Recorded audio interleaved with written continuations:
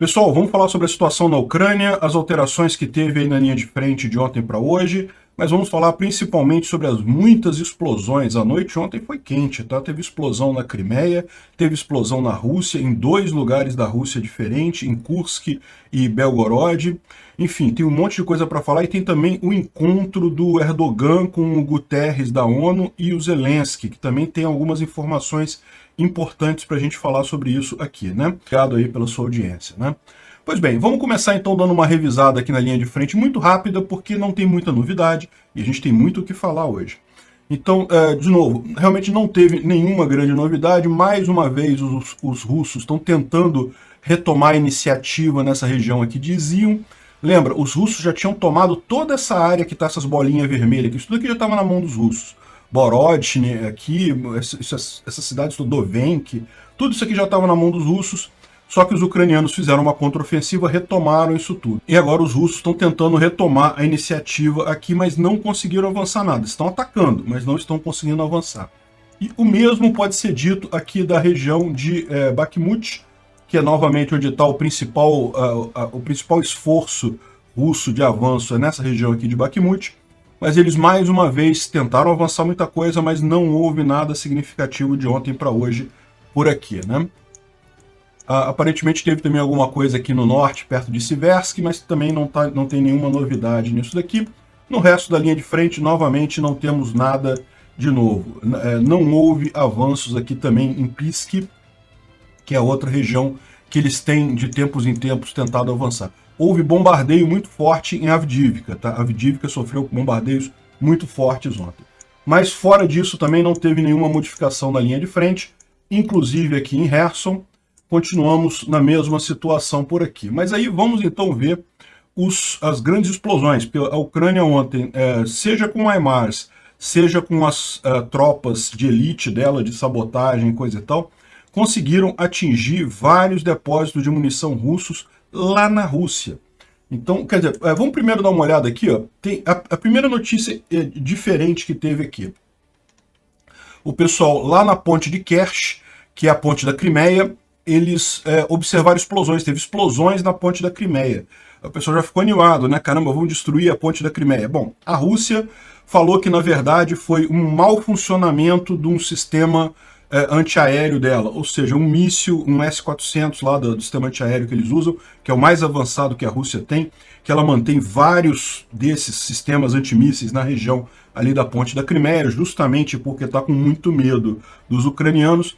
Um desses mísseis, ou por erro pessoal ou por erro mecânico, disparou e acabou gerando essa explosão, né? Enfim, eu acho que é possível que seja isso, né? Olha só, parece que os oficiais russos disseram que eles derrubaram um drone. Pode ser que tenham derrubado um drone. Dá para ver aqui Что это? Что это?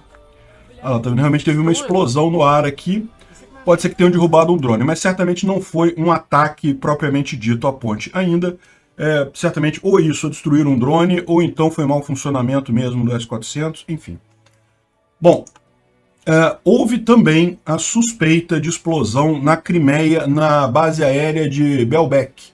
A base aérea de Belbek é outra base aérea que tem próximo a Sebastopol e que tem vários aviões aqui. A gente já teve alguns indícios de explosões e coisa lá, mas aqui de novo, tá vendo aqui, ela fica bem próxima a Sebastopol, é uma base aérea. Sebastopol é um porto, é uma área militar da Marinha, né? Aliás, o grosso da Marinha russa fica baseada em Sebastopol. A base aérea de Belbek fica logo aqui, né, bem próximo.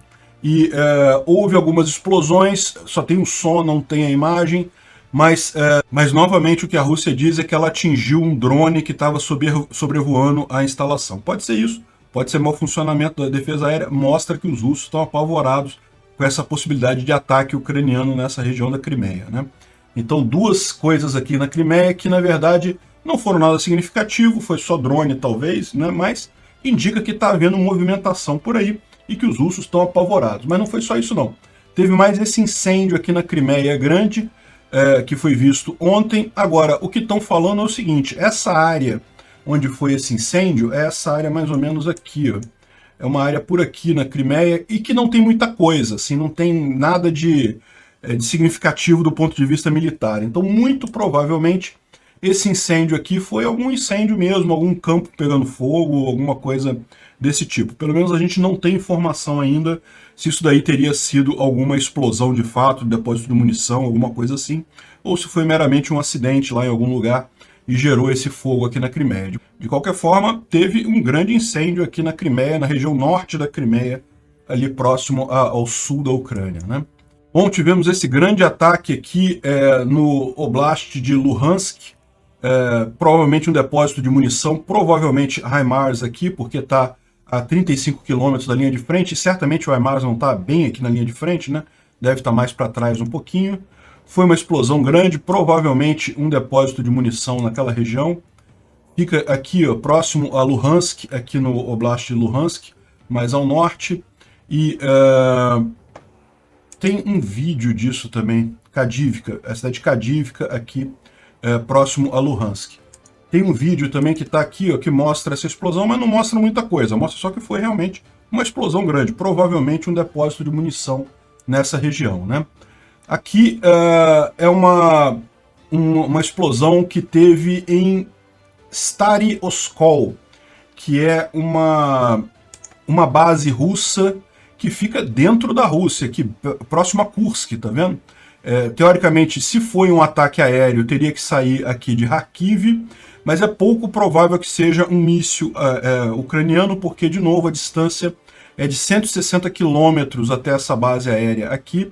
Então, para ser um HIMARS, teria que ser um ATACMS, e tem também aquela questão que a gente já falou aqui, que a Ucrânia ela se comprometeu com os Estados Unidos a não usar os foguetes do HIMARS em território russo.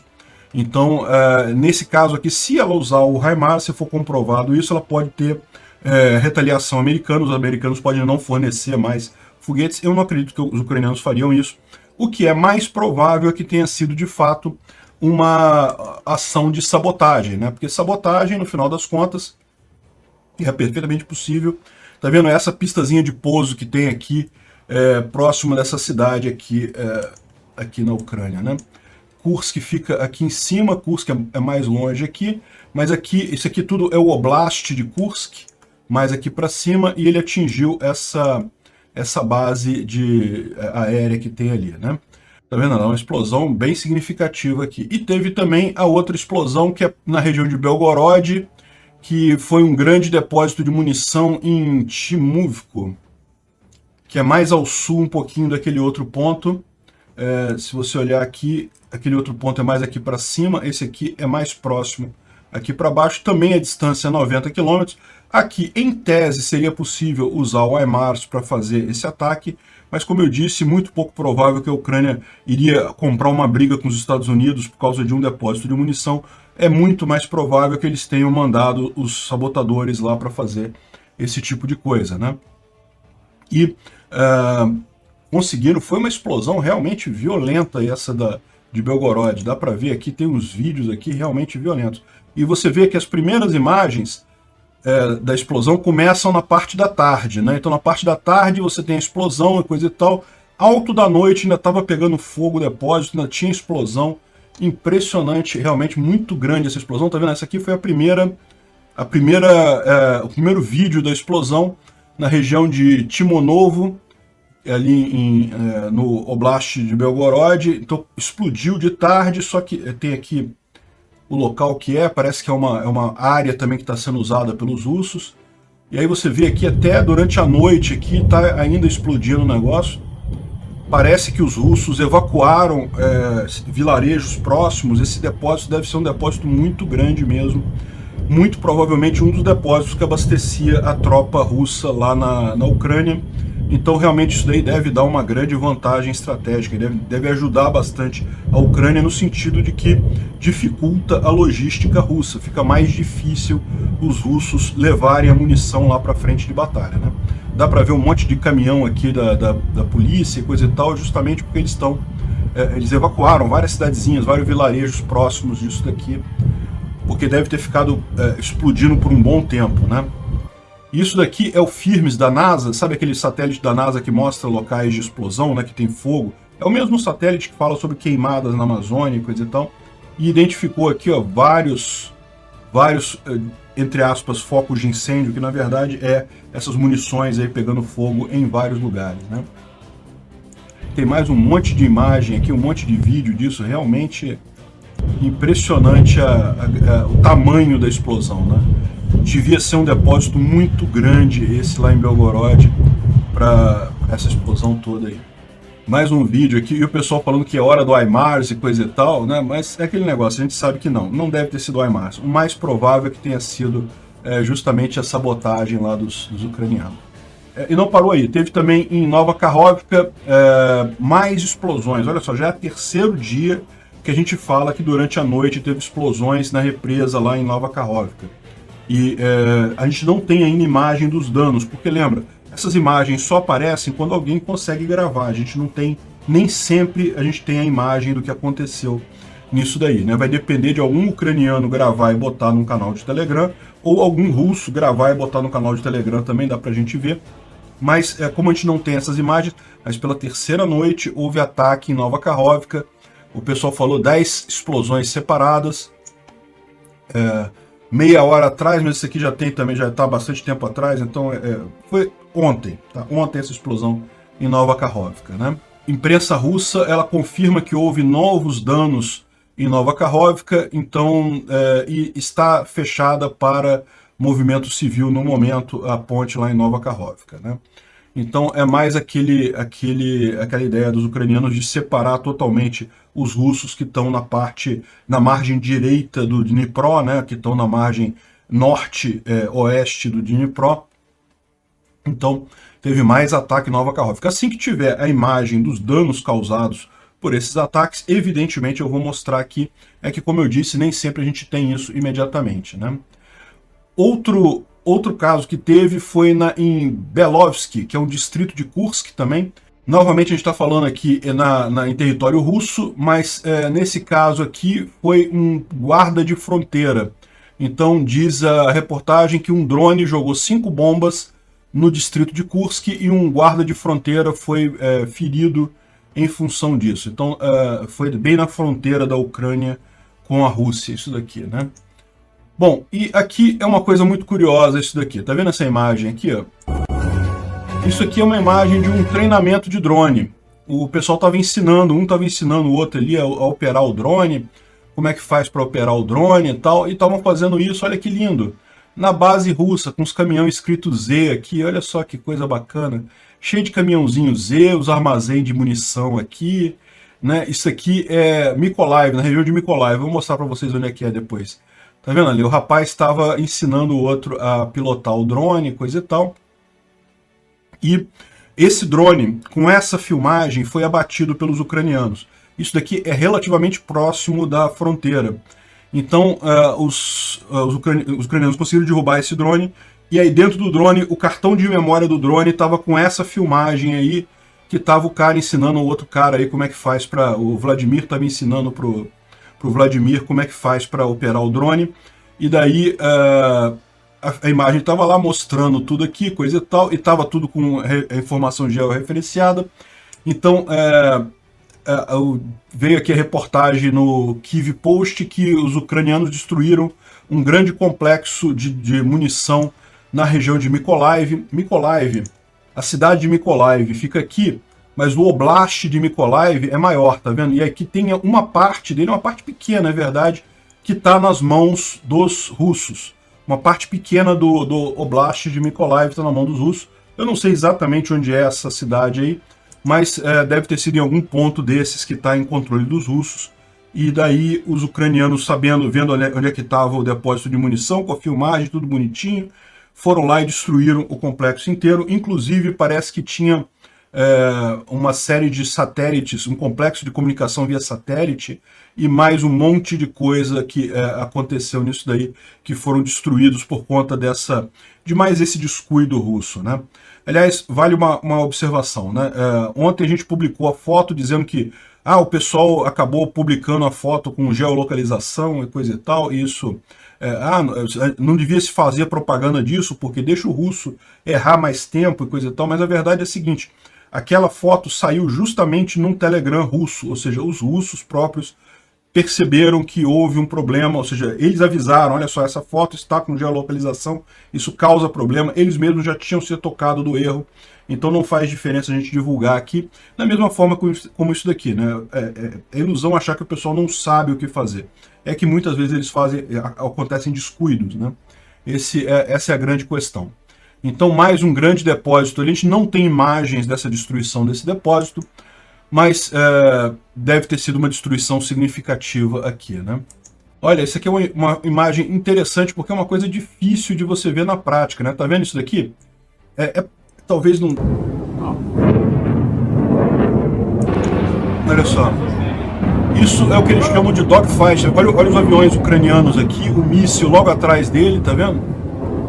Aí o avião fazendo manobra para desviar do míssil, soltando aquelas fumaças e coisa e tal. Ó, o avião passou aqui, ó. Na verdade, esse aqui é o míssil. Aqui tá o avião, tá vindo o míssil aqui.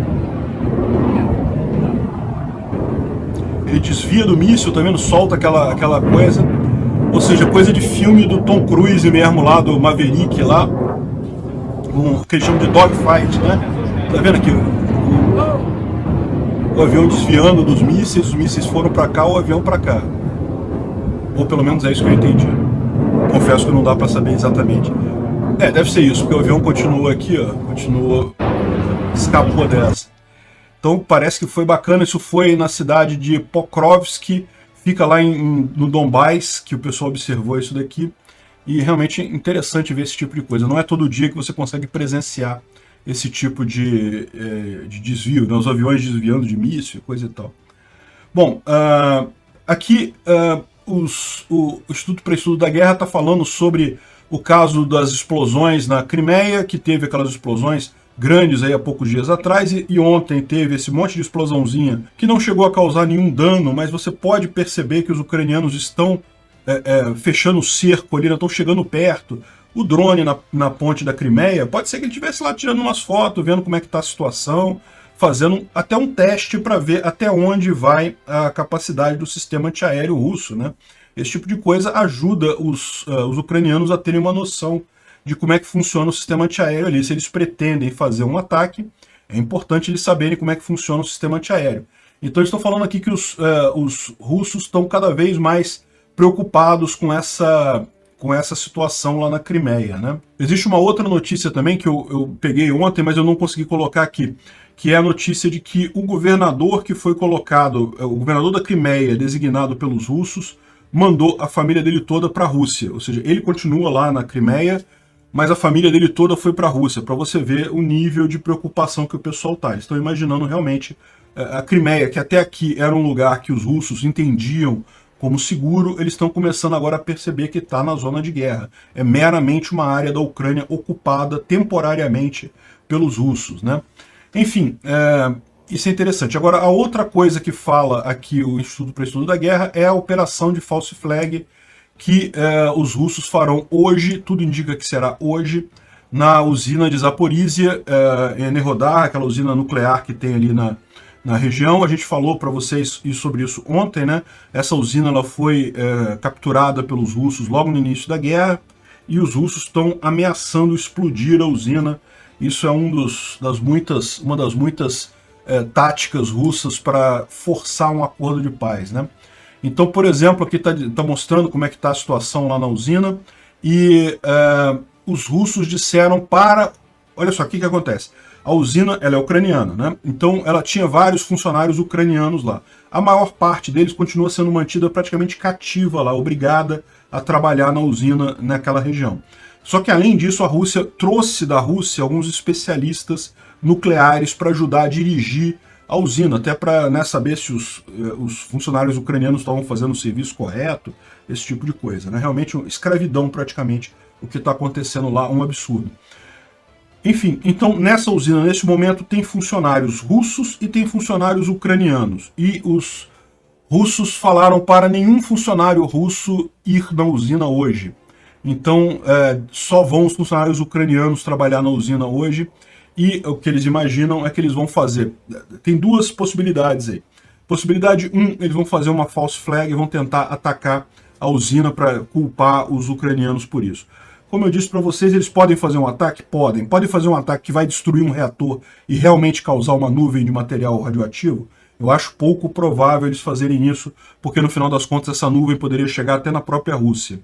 Mas existe uma outra possibilidade. O que eles vão fazer é começar o desligamento ordenado da usina. Por que isso? Porque eles querem desligar a usina da rede ucraniana, que portanto é a rede europeia. Lembra, tem todo um contexto aqui da Rússia está querendo também tirar energia da Europa. E lembra, essa é a maior usina elétrica nuclear da Europa, que fica em solo ucraniano e está ocupada pelos russos. Então o que eles querem fazer? Eles querem desligar a usina para ligar ela, religar ela na rede russa de eletricidade. E aí, dessa forma, eles conseguem duas coisas. Primeiro, eles começam a roubar a energia que está sendo gerada ali para um ativo que é ucraniano. Os russos começam a roubar isso. E outra coisa também diminui a quantidade de energia para a Europa, né? Eles querem fazer isso antes do inverno, porque tem toda essa ideia de sufocar a Europa, de fazer a Europa abandonar as sanções contra a Rússia. Eu acho que essa possibilidade é mais razoável. Não creio que eles vão fazer um ataque. Descartar não dá para descartar nada, mas eu não creio que eles vão fazer um ataque. Agora, eles fazerem essa mudança de tentar desligar os reatores é uma possibilidade. Vamos acompanhar isso. E esse foi um dos assuntos que foi discutido na conversa entre o Erdogan, o Guterres da ONU e o Zelensky lá em Lviv. A gente falou sobre isso ontem, que estavam chegando lá, iam ter uma negociação, a gente não sabia muito bem o que seria essa negociação, agora a gente já sabe. Um dos assuntos foi justamente esse da usina. A ONU continua insistindo para a Rússia deixar uma equipe de um órgão atômico internacional entrar lá na usina para certificar as condições de segurança e funcionamento da usina. Os Estados Unidos já estão falando em fazer uma área desmilitarizada ali onde fica a usina. Enfim, vamos ver o que surge disso daí. Não teve nenhuma novidade. Agora, lendo nas entrelinhas, o que parece que ficou evidente que outras pessoas, isso não foi falado abertamente, mas o que ficou subentendido ali é que justamente o Erdogan veio trazer a proposta de negociação de paz com a Rússia. E o Zelensky disse não. Então eles colocaram toda essa parte de... Quer ver? Tem o resultado final aqui, ó.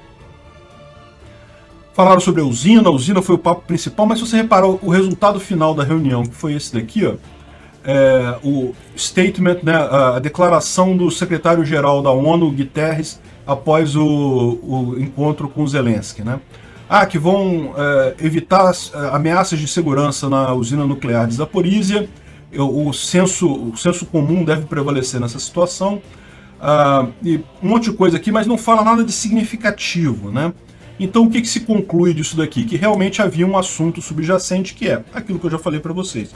Os russos querem negociar um cessar-fogo. Eles sabem que eles não conseguem manter os territórios ocupados que eles ocuparam aqui. Então eles querem negociar um cessar-fogo.